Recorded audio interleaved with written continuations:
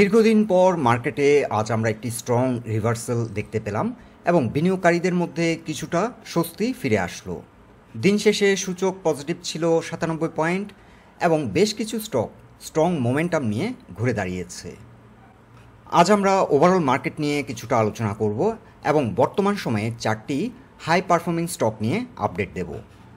বন্ধুরা, আলোচনাটি শেষ পর্যন্ত শুনতে থাকুন। আলোচনাটি শুরুতেই সবাইকে রিকোয়েস্ট করব, ডিসক্লেমার অংশটি আপনারা ভালো করে পড়ে নেবেন। পুঁজিবাজার ঝুঁকিপূর্ণ। আপনার কোনো পার্সোনাল বাই এবং সেলের কারণে আপনি যদি ক্ষতিগ্রস্ত হয়ে থাকেন, সে দায় স্টক অবজার্ভার বহন করবে না। প্রথমত আজকের মার্কেটটিকে যদি আমরা মূল্যায়ন করি, আজ দিন শেষে সূচক পজিটিভ ছিল 97 পয়েন্ট এবং টার্নওভার হয়েছে প্রায় 613 কোটি টাকা। টার্নওভার বৃদ্ধির পাশাপাশি সূচক বৃদ্ধি পেয়েছে, এটি ওভারঅল মার্কেটের জন্য বুলিশ সাইন। এছাড়াও টপ গেইনারে যদি আমরা দেখি, বেশ কিছু স্টক আজ দিন শেষে সেলার লেস অবস্থানে ছিল। সো মার্কেট কিন্তু কিছুটা স্ট্রেংথ শো করলো। আর আজকের দিনে মেজর কন্ট্রিবিউটর ছিল ইন্ডেক্সে ব্যাডবিসি, GP, power grid, Robi, square pharma, BRAC bank, Walton, Lafarge, Beximco pharma এবং আইসিবি। সো কোয়ালিটেটিভ আসপেক্ট থেকেও যদি আমরা মার্কেটকে বিবেচনা করি, মার্কেট কিন্তু কোয়ালিটেটিভ দিক থেকেও কিছুটা ইমপ্রুভমেন্ট শো করছে। বেশ কিছু ব্লু চিপ কোম্পানি ঘুরে দাঁড়িয়েছে। এখন টেকনিক্যালি মার্কেটকে যদি আমরা মূল্যায়ন করি, গতকালকের আপডেটে আমরা জানিয়েছিলাম মার্কেটে যে একটা কারেকশন সাইকেল 5510 এখানে কমপ্লিট হতে পারে এবং এখান থেকে ঘুরে দাঁড়ানোর সম্ভাবনা বেশি। আজকে দিন শেষে মার্কেট স্ট্রং মোমেন্টাম নিয়ে ঘুরে দাঁড়িয়েছে এবং 5615 এসে ক্লোজ হলো। আর এখন মার্কেটের গন্তব্য হবে, শর্ট টার্ম গন্তব্য হবে 6470 এবং এটি হবে আমাদের ফার্স্ট টার্গেট। এখন আমরা একটি প্যাটার্ন ড্র করেছি, এটিকে বলা হয় inverse head and shoulder pattern এবং এই প্যাটার্নটি ফলো করার সম্ভাবনা বেশি। সো আপাতত মার্কেট নিয়ে আর প্যানিক হওয়ার মতো কিছু আছে বলে আমরা মনে করছি না। এখান থেকে মার্কেট রিকভারি দিবে। এখন রিকভারি দিতে হয়তো কিছুটা বেশি সময় নিতে পারে। গত সপ্তাহের আগের সপ্তাহে আমরা যে আলোচনাটি রেখেছিলাম, সেখানে আমরা একটি ইন্টারেস্টিং ফ্যাক্টগুলো ধরেছিলাম যে বড় বড় যারা বিনিয়োগকারী, আমি কয়েকটি পোর্টফোলিও শো করেছিলাম এবং সেখানে দেখিয়েছিলাম বন্ডে বিনিয়োগ না করে বিলিয়নস অফ ডলার কেন বিনিয়োগকারীরা স্টকে ইনভেস্ট করে, ইকুইটিতে কেন ইনভেস্ট করে। তার একটি অন্যতম গুরুত্বপূর্ণ কারণ হলো ইকুইটি কিন্তু over the long period bond থেকে অনেক বেশি রিটার্ন দেয়। আমি যখন আলোচনাটি রেখেছিলাম, দু একজন কমেন্ট বক্সে আমাকে জানিয়েছিলেন যে আমেরিকান ক্যাপিটাল মার্কেটের সাথে তো আর বাংলাদেশের ক্যাপিটাল মার্কেটের তুলনা হয় না, কিংবা আমেরিকান মার্কেটের এক্সাম্পল দিয়ে আমাদের মার্কেটের লাভ কী। তো বাংলাদেশের মার্কেটের আমি দু একটি স্টক আপনাদেরকে দেখাচ্ছি। করোনা মহামারীর পর ওরিয়ন ফার্মা 25 টাকায় চলে আসে এবং এখান থেকে ঘুরে দাঁড়িয়ে এই স্টকটি র্যালি করলো আপ টু 155। এই স্টকটি দেখুন 2020 সাল থেকে 2023 সাল, এই 3 বছরে 600% গেইন দিয়েছে। Bangladesh export import company limited, এই স্টকটি 15 টাকা থেকে যাত্রা করে এটি প্রায় 188 টাকা পর্যন্ত র্যালি করে। 3 বছরে এই স্টকটি ক্যাপিটাল গেইন দিয়েছে অ্যারাউন্ড 1000%। আমি কিন্তু ডিভিডেন্ড গেইনের কথা মেনশন করছি না, এগুলো ক্যাপিটাল গেইনই বলছি। বাংলাদেশ শিপিং কর্পোরেশন, এই স্টকটি 40 টাকা থেকে যাত্রা শুরু করে আপ টু 170+ প্রাইস অ্যাকশন হয়। এই স্টকটিও কিন্তু 400%-এরও বেশি গেইন দিয়েছে 2 থেকে 3 বছরের মধ্যে। সো ক্যাপিটাল গেইনের পাশাপাশি কিন্তু এই স্টকগুলোতে ডিভিডেন্ড গেইনও হয়েছে। এনিওয়ে, অনেকেই এই কমেন্টগুলো করেছেন, যার কারণে এক্সাম্পলগুলো আমি তুলে ধরলাম। এখন আমরা বর্তমান সময়ে 4টি হাই পারফর্মিং স্টক নিয়ে আলোচনা করব: লোভেলো, মালিক স্পিনিং, আইটিসি এবং ওরিয়ন ইনফিউশন। প্রথমে আমরা উইকলি চার্টে লোভেলো এই স্টকটির অবস্থান তুলে ধরছি। লোভেলোর এখন স্ট্রং সাপোর্ট হচ্ছে 68।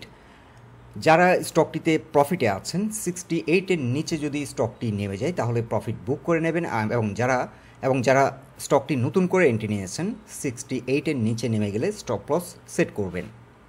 স্টকটির এখন টেকনিক্যালি স্টকটির গন্তব্য হচ্ছে 92, সো টার্গেট হতে পারে 92।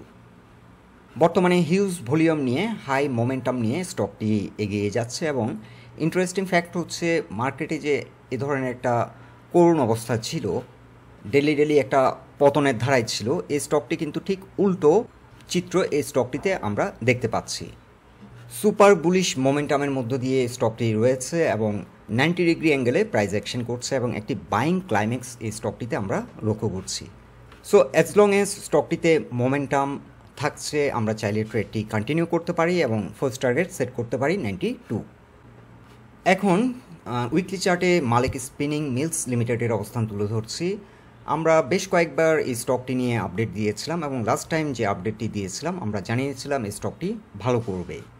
বর্তমানে টেক্সটাইল সেক্টরে মালিক স্পিনিং হচ্ছে one of the best performing stock. আজ দিন শেষে 39.6-এ ক্লোজ হলো এবং বর্তমানে একটি রেজিস্ট্যান্স পয়েন্টে অবস্থান করছে। 40 যদি ব্রেকআউট করতে পারে তাহলে স্টকটির গন্তব্য হতে পারে তার অল টাইম হাইয়ের দিকে। মালিক স্পিনিংয়ের অল টাইম হাই হলো 96। দীর্ঘদিন ধরে মালিক সাইডওয়ে প্রাইস অ্যাকশন করছে এবং এই সাইডওয়ে ব্রেকআউট যদি হয় তাহলে মালিক স্পিনিংয়ের ফার্স্ট টার্গেট হবে 63। 40 লেভেলে যে রেজিস্ট্যান্সটি রয়েছে এটি ব্রেকআউট যদি করে পরবর্তী আরও একটি রেজিস্ট্যান্স ফেস করবে, সেটি হচ্ছে 43 এবং এই রেজিস্ট্যান্সটি যদি সাকসেসফুলি ব্রেকআউট করতে সক্ষম হয় মালিক স্পিনিংয়ের গন্তব্য হতে পারে আপ টু 97। তবে আপাতত আমরা মালিক স্পিনিংয়ের টার্গেট সেট করছি 60। এখন আমরা তুলে ধরছি আইটিসি এবং আইটি সেক্টরের একটি গুরুত্বপূর্ণ স্টক।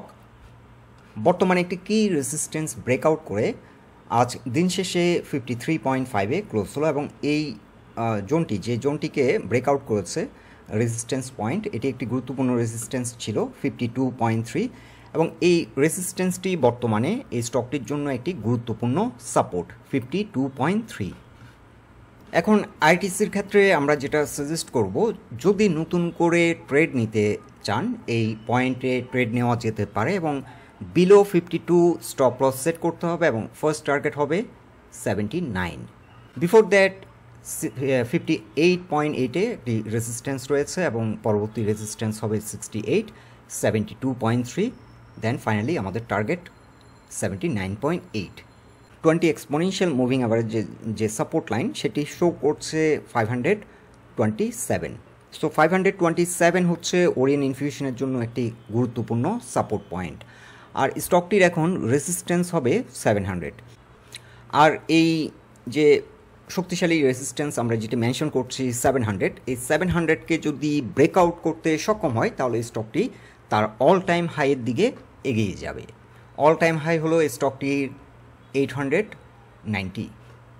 সো আপাতত যারা ওরিয়েন্ট ইনফিউশনে ট্রেড নিয়েছেন চাইলে ট্রেডটি কন্টিনিউ করতে পারেন আপ টু 700 পর্যন্ত। 700-এ কিন্তু অ্যালার্ট হয়ে যেতে হবে, কারণ এই জোন থেকে যখন রিজেক্ট হয়েছিল একটা হিউজ ভলিউম নিয়ে কিন্তু এই জোনটিতে ট্রেড হয়েছিল।